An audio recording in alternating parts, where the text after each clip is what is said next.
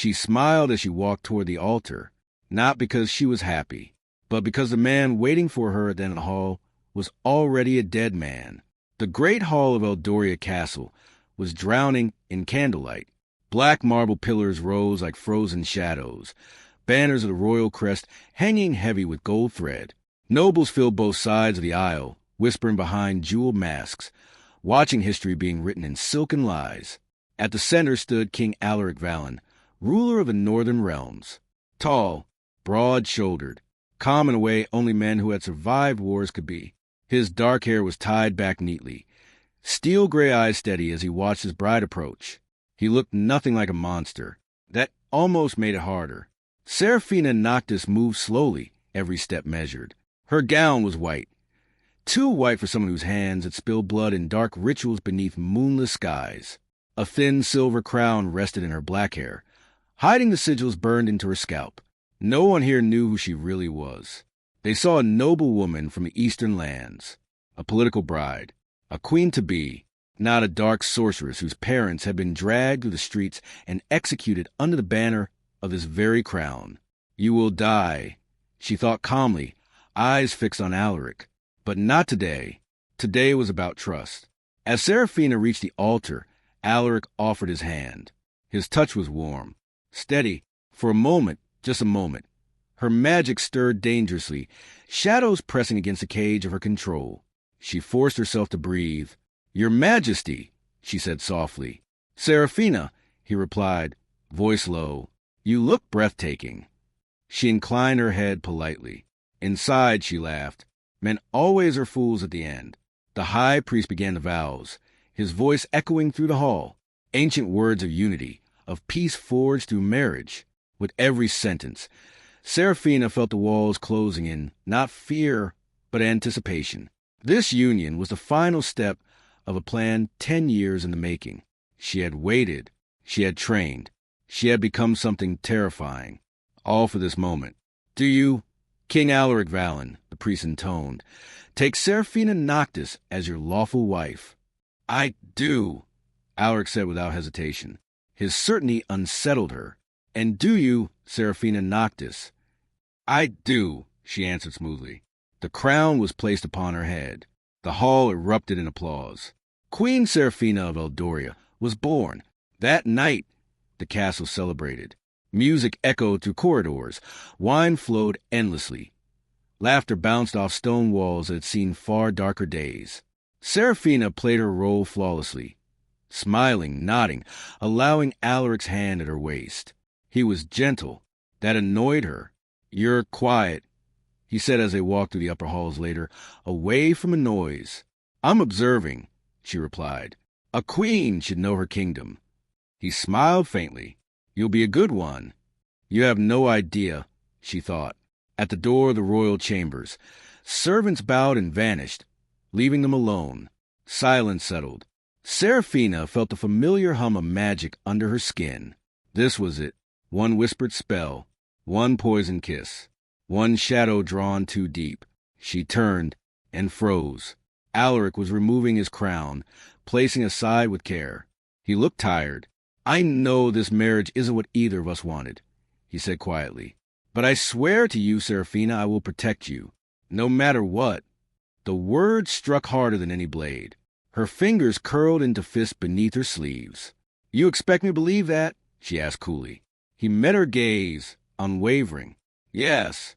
For the first time since her parents' execution, Seraphina felt something crack inside her chest. She turned away sharply. "We should rest." He nodded, respecting the distance. That night, as Alaric slept, Seraphina stood by the window, moonlight spilling over her face. She drew a small blade from her sleeve, pressing it against her palm until blood welled. She whispered ancient words. Shadows gathered, but hesitated. Her magic faltered. "Traitor," she hissed to herself. Elsewhere in the castle, unseen eyes watched. A hooded figure knelt before a circle of black flame. "The queen is inside," the figure said, "but she hesitates." A voice answered from the fire, cold, amused. "Good," it purred. "Love always makes the knife cut deeper later." Seraphina closed her fist, blood dripping to the floor. Soon, she promised herself, you will love me, and then I will kill you, unaware that destiny was already rewriting her plan. The queen learned the castle at night. Seraphina moved through shadowed corridors barefoot, silk robe whispering against cold stone. Eldoria slept deeply after days of celebration, but she did not. Darkness had always been her companion, obedient, patient, waiting for her call. She slipped into the unused West Tower, a place forgotten by servants and guards alike. Here, the walls still remembered blood. Perfect. She knelt at the center of the circular chamber, drawing sigils with ash and her own blood.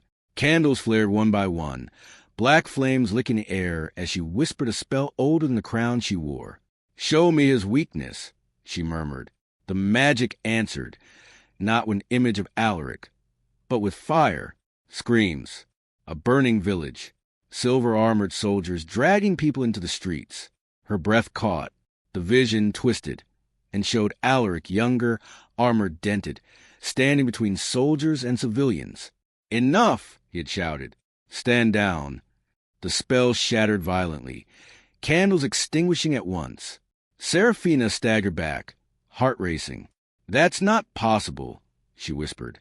She had seen the banners. She had seen the crown. She knew who was responsible for her parents' deaths. So why did the magic show mercy? At dawn, she found Alaric in the training yard, sword in hand, shirt damp with sweat, focused, alive. He noticed her immediately and bowed slightly. Your Majesty. Don't, she said. Not when we're alone. A corner of his mouth lifted. Then what should I call you? She hesitated. Seraphina. The way he said it, soft, careful, sent an unwelcome shiver through her.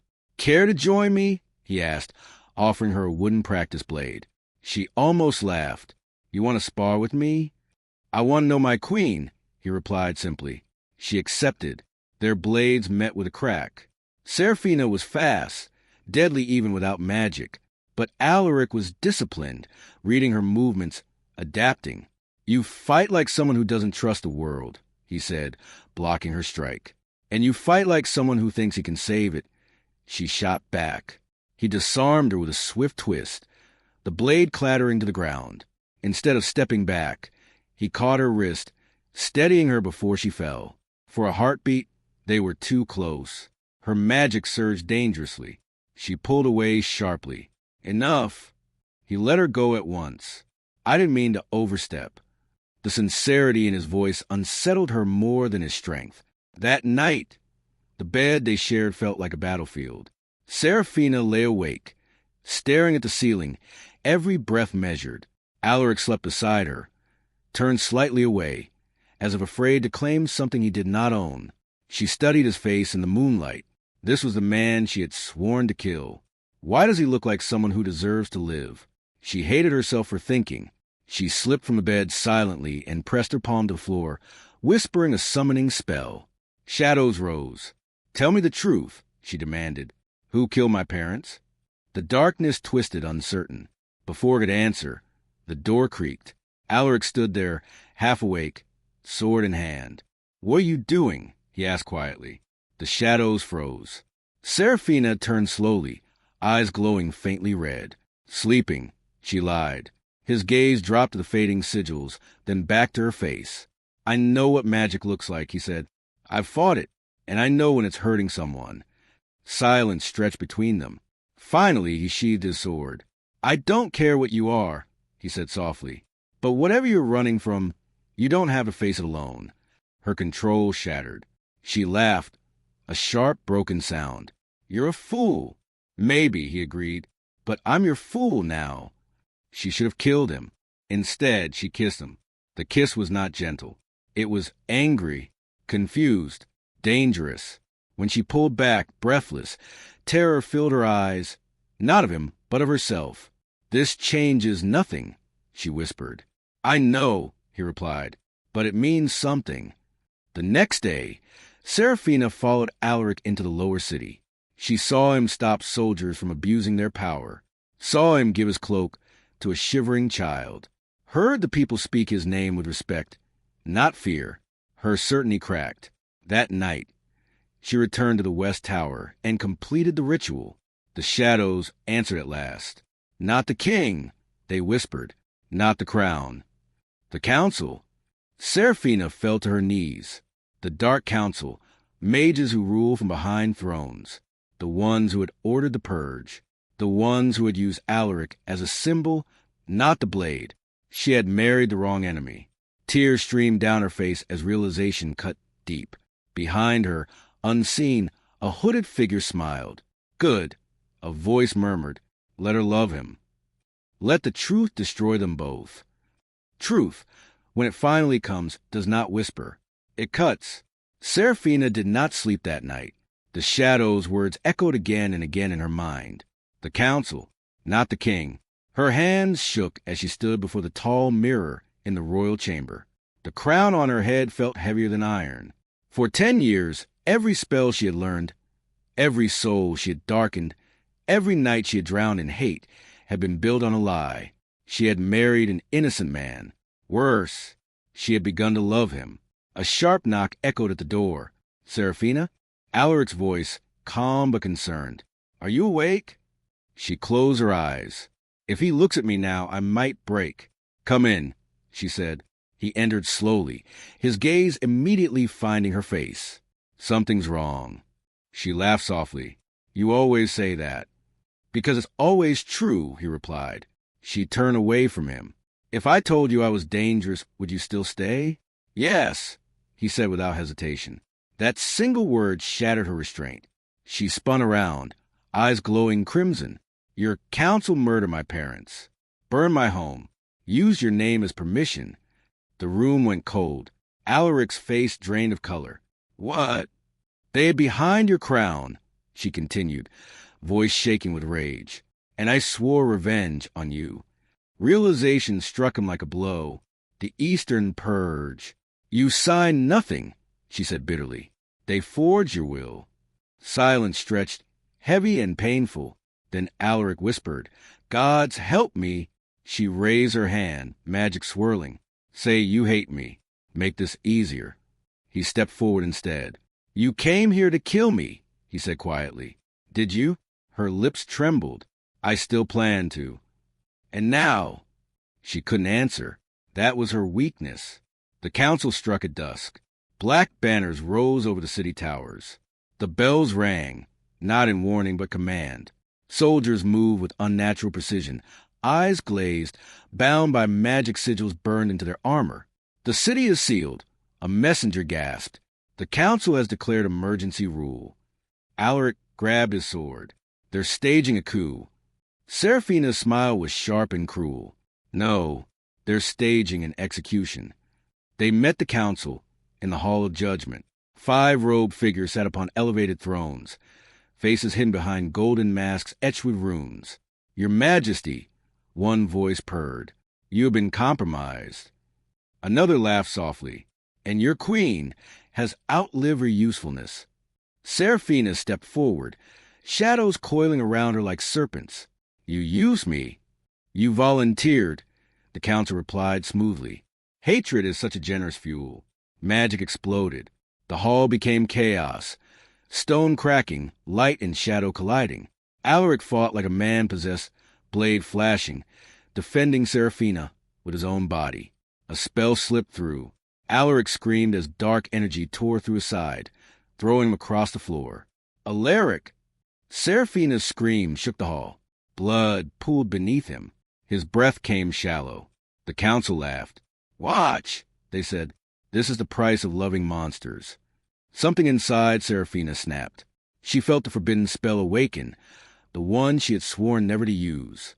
The spell that demanded years of life or soul. She crawled to Alaric, cradling his face. Stay with me, please. He smiled weakly. Seems we're both fools. Tears fell onto his bloodied chest. I won't lose you, she whispered. She stood and chose damnation. The ritual burned her from inside. She carved the sigil into her own skin, screaming as shadows obeyed her call. The air screamed with her. Darkness poured into Alaric's wounds, sealing flesh, forcing life back where death had already claimed ground. The council recoiled. No, stop her. Too late. The spell completed. Alaric gasped alive. Seraphina collapsed. Her hair had turned streaked white. Her breath came ragged. Something precious had been taken. The council fled as the hall crumbled, their laughter replaced with fear. Alaric caught Seraphina before she hit the ground.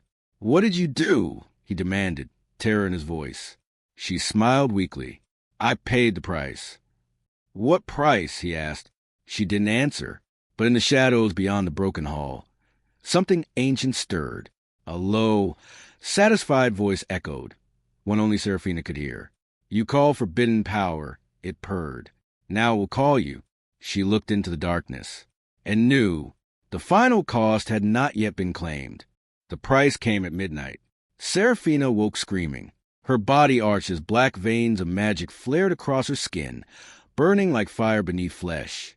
The forbidden spell she had used was no longer satisfied with blood or years. It wanted ownership. Alaric was at her side instantly. "Seraphina, look at me." She clutched his arm, nails digging in. "They're coming," she gasped. The council and something worse. The air shattered. The dark council emerged from rippling shadows, masks cracked, power desperate and unstable. Behind them, the darkness folded inward, forming a towering silhouette with eyes like molten gold. An ancient shadow lord. "The final debt," it boomed, "has matured." Alaric stepped in front of her, sword raised. "You'll have to go through me." The shadow lord laughed. "You are light, king, but light burns out." The council sneered. "Give her to us, Alaric. She belongs to darkness." Seraphina rose slowly, eyes glowing with terrifying calm. "No," she said. The ground trembled. "I belonged to hate once," she continued, "then to revenge, then to power." She turned to Alaric, tears glistening. "But I choose love." The Shadow Lord roared as Seraphina unleashed everything. Her magic, her pain, her past. Shadows bent to her will, forming wings of darkness behind her. "You cannot win," it thundered. "I don't need to," she replied softly. "I only need to end this." She looked at Alaric one last time. Live. Before he could stop her, she stepped into the heart of the spell. Light and shadow collided in a blinding explosion. The council screamed as their magic unraveled, bodies turning to ash. The Shadow Lord howled as Seraphina bounded, not with chains, but with herself. The castle shook. Then silence. Alaric awoke at dawn. The battle was over. The council was gone. The darkness sealed. He stumbled through the ruins, heart pounding.